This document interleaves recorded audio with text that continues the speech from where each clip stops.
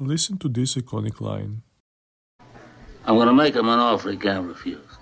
I would bet the majority of you watching know which movie and maybe even which scene this line comes from. It's from the 1972's The Godfather, and the person saying it is widely regarded as one of the founding fathers of the modern cinema.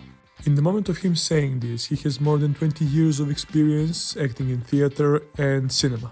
Yet the general public agrees that this is Marlon Brando's magnum opus, the role that revolutionized the movies and defined a whole new era of filmmaking. Some may even call it peak acting, and while I don't fully disagree, I believe that Marlon is one of the rare cases of an actor having multiple peaks during his career.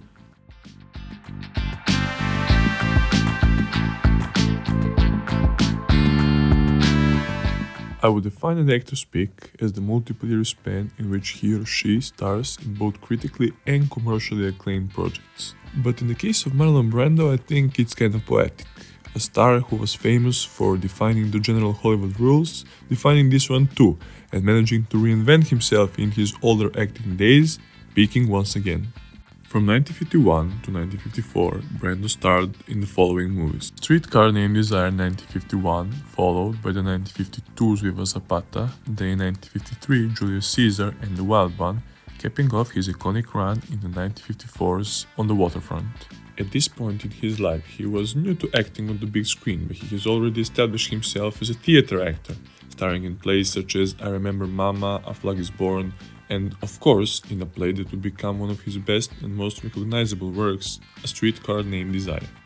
When he first became notable to the general public, he was like a breath of fresh air.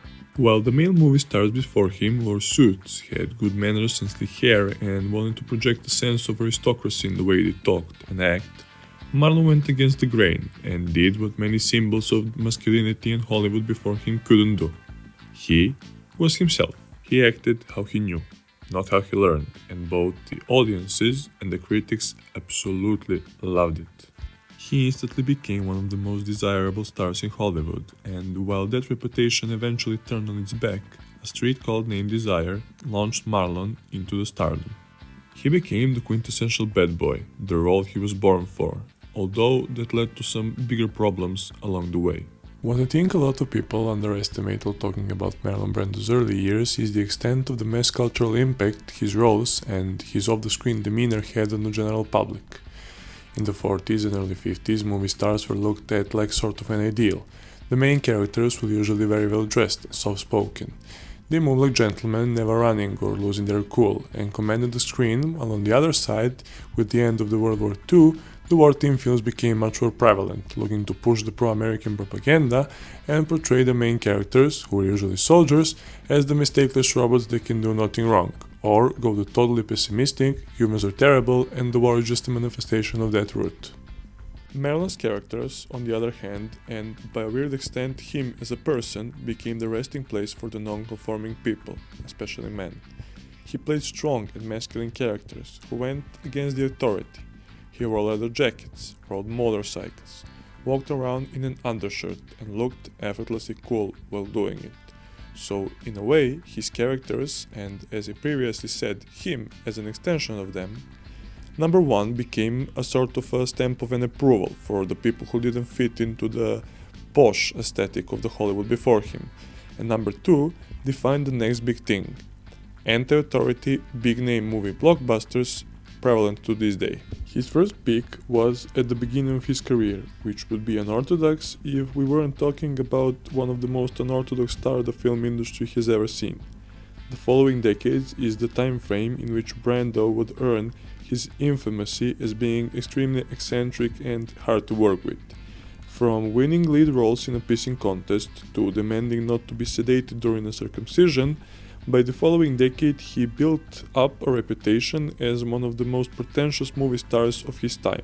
During the period from 1951 to 1954, he was nominated for 4 Oscars, of which he had won 1 for his portrayal of Stanley Kowalski in The Streetcar Named Desire, 4 BAFTA awards, of which he had won 3, and he had won the prestigious Film Festival Award in Cannes for the lead role in Viva Zapata.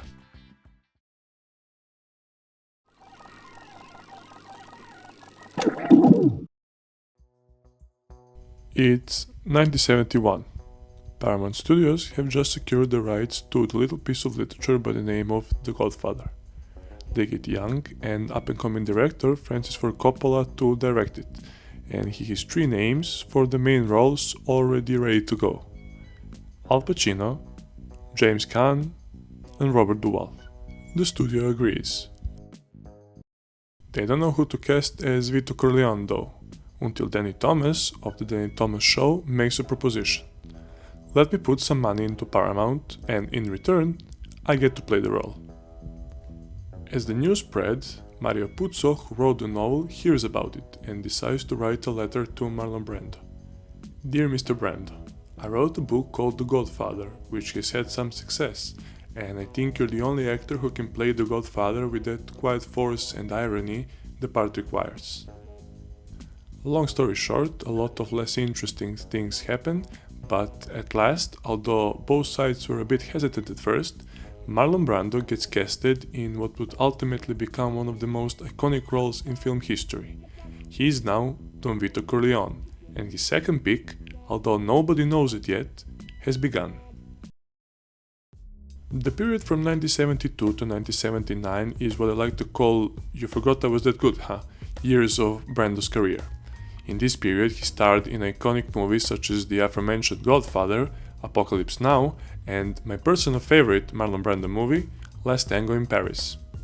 Before these roles, Brando struggled with weight gain, and when the general audiences got a first glimpse of him in The Godfather, the added weight plus the mouthpiece he wore made him almost unrecognizable.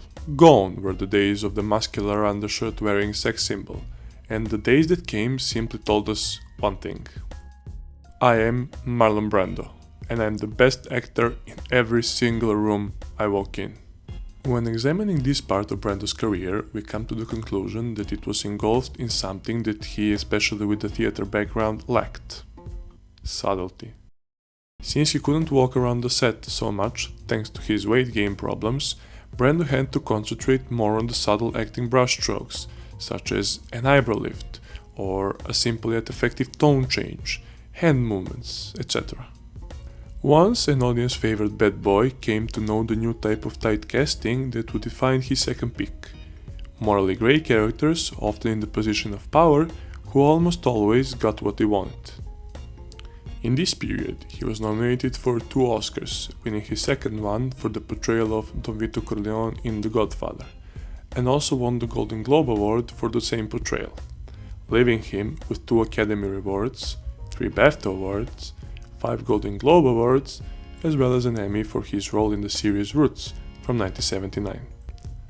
Although longer by years, Marlon Brando's second pick was much more concise when it came to films he acted in, but each and every one of them became an integral piece of the movie culture, and in my opinion, created the myth of Marlon Brando we all know today.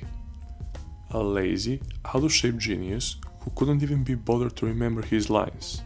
Yet, he commanded every single scene he was in, leaving the audiences captivated by the sheer talent of his portrayals. His characters live on to this day. His lines are being spoken probably somewhere in the world as we speak. And although some people may not know the story I just told you, they know one thing. This is some good fucking acting.